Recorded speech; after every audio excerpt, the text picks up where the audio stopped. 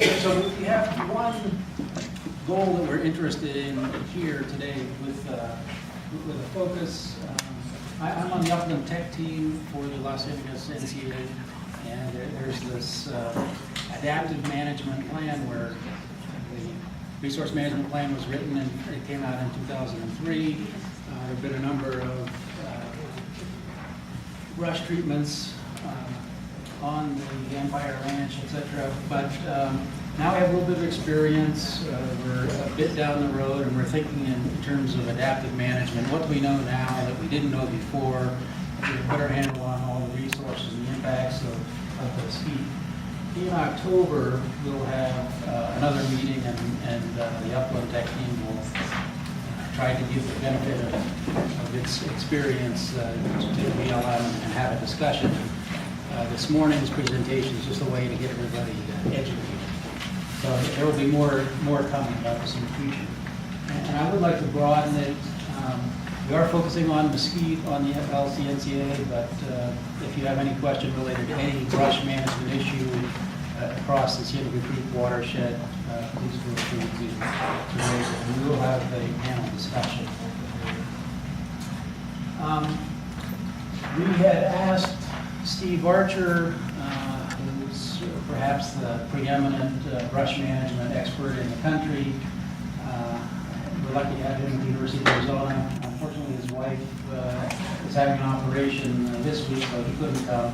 So I thought I'd shamelessly steal one of his publications to give a quick introduction. And if any of you haven't seen this, the NRCS put together this large report. You can find it online if you just Google rangeland literature synthesis.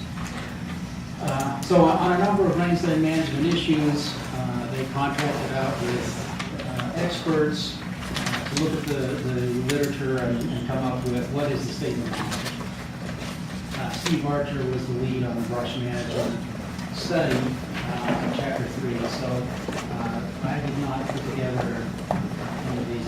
I just stole them. But obviously, as everybody knows, woody land encroachment is an issue. Really changing the flavor, composition of vegetation communities. And they Bill? point out, yes. Could you speak up? I'm so sorry. Could you Okay. speak up, project yourself? Thank you. I'm sorry, I'm too soft-spoken. So they make the point that there are a number of drivers pushing grasslands toward woody plant encroachment or brush invasion.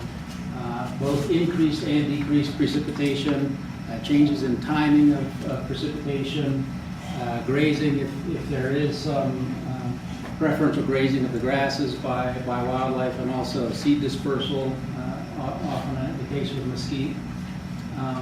Browsing can also be an issue. Reduced fire frequency, as we've seen around here, is an issue. And then there have also been some studies that indicate that greater CO2 concentrations favor the C3 plants over the C4 grasses, and extra nitrogen from atmospheric deposition could also be a factor. And it is a very complicated process.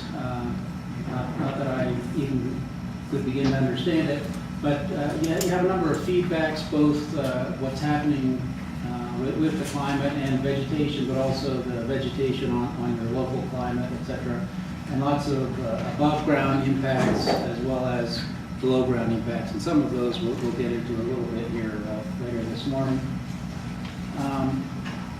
Oftentimes when brush is treatment, there's something that kills it and leaves it in place, so that at one point you have a lot of brush, you kill it, that goes down, through time it'll come back, and the hope is that grass will come back in to where the brush was. Unfortunately, it often doesn't come in and stay. So whatever forces were pushing the brush to come in the first place are still there often. So they have some general rules. 4 to 12 years from mesquite before you need to retreat it is one of the things that they found in the literature. And I thought this was an interesting graph from the study where they normalize the herbaceous change to the amount of precipitation. So you have amount of biomass, kilograms per hectare per millimeter of annual rainfall. And then in the years since the brush management treatment across the west, essentially, you have a very large spread in the early years, and then by year 6 or 7, you still have a little bit more herbaceous production than you did when you started, but not as much. And it's almost consistent that the large increase is over by year 6.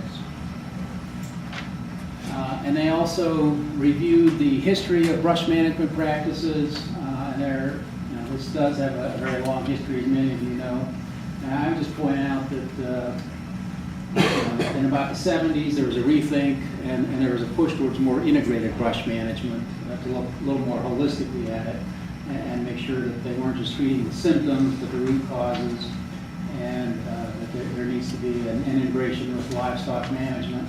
And there's also a worry that without some careful planning, brush management could actually cause problems, not just solve it. So it potentially could hurt wildlife populations, lead to a loss of biological diversity. You might have problems with soil erosion. You might open the community up for more invasion, and it could be very expensive and costly. So the hope is we can come up together with a management system in the Santa Fe Creek watershed that will address those issues. So without a whole lot more ado, the hope is that there are some general questions that we all have, and that we can address some of those and get us all a little bit farther down the line than we came in this morning. So again, the resource management plan for the Los Angeles National Conservation Area is one of the drivers. Came out in 2003.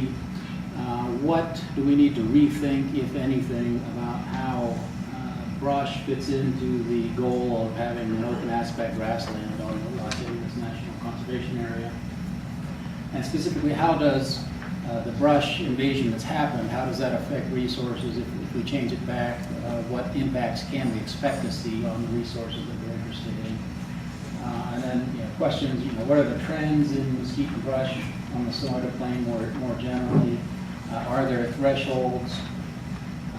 What are the thresholds? And then lastly, what should be done, where about brush management, and how do we prioritize it? Almost $1 million of stimulus funds was spent on brush management. We're probably not likely to have that same windfall come along again.